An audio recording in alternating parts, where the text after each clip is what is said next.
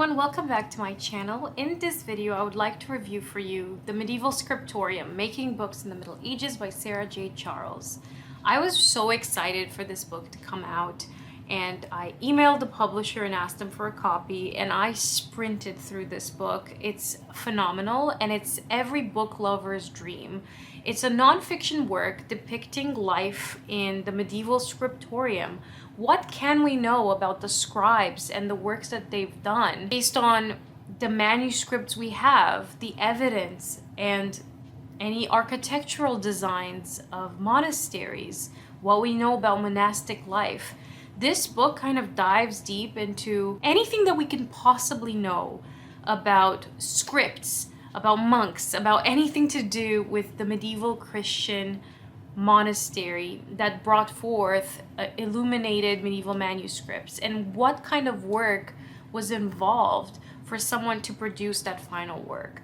So she takes us through the steps. One of the other things that I love about this book is that each chapter begins with a sort of almost fictional kind of put yourself in the shoes of someone who might be this scribe, and you kind of have a day in the life of that person. And you say, oh, you wake up in the morning and you put on your robes and you go over there, and it's just kind of putting you in this imaginary mindset first, and then she starts telling you the nonfiction of that chapter. We first begin by exploring the question of what even is a scriptorium, or scriptoria for plural, because what it really means, if you narrow it down, is a bunch of people writing in a room, in which case a classroom full of children learning how to write, all writing at the same time, can also be a scriptorium. There are many forms it can take, but in this context we're looking at specifically the medieval monks. She takes us through the progression of writing as well. Like, first we had Mesopotamian cuneiform tablets and what those might have looked like, and how writing changed over time and language also changed over time. So she does take us a bit through the steps of language and scripts. And we do learn a little bit about scripts as we progress, because it kind of hops in time a few centuries as we go through the book.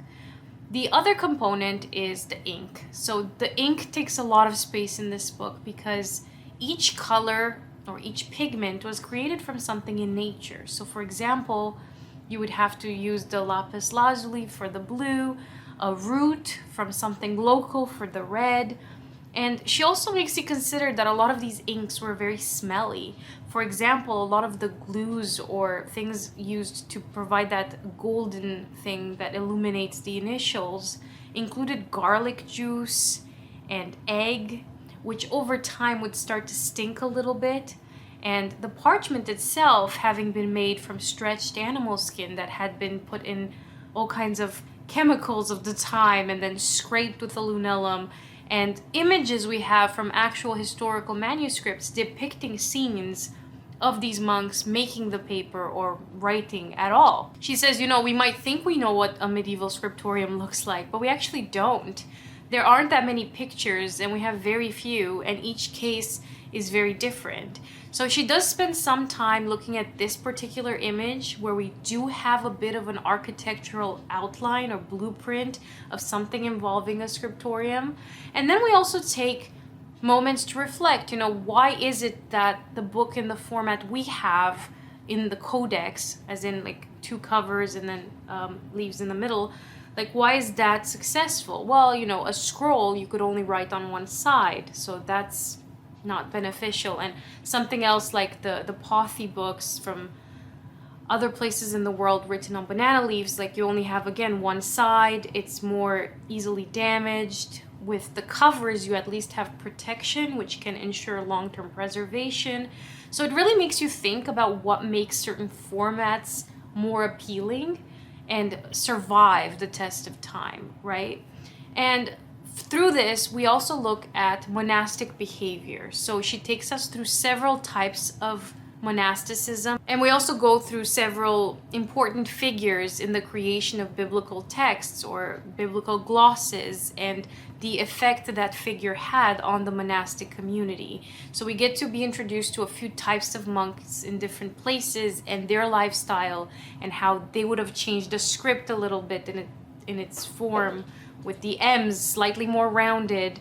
So it's really fascinating to learn about the social component of the people involved as well.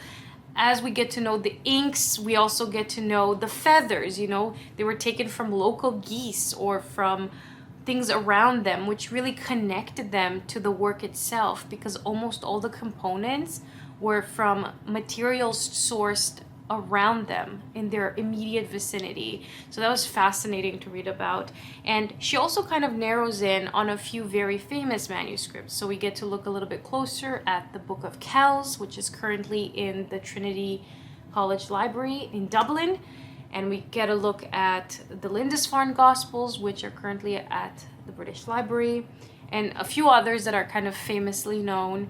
So we get to dive into some examples, we get to look at scripts, at monks, at architecture, and we spend a really long time on pigments and inks and learning so much about that.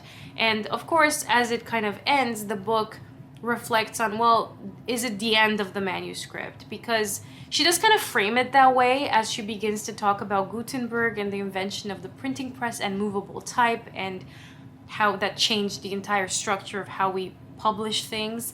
But, you know, I've worked with so many manuscripts from the 1800s and 1700s. It was by no means the end of the manuscript, but it was certainly the end of a very particular kind of religious, illuminated, and bedazzled manuscript.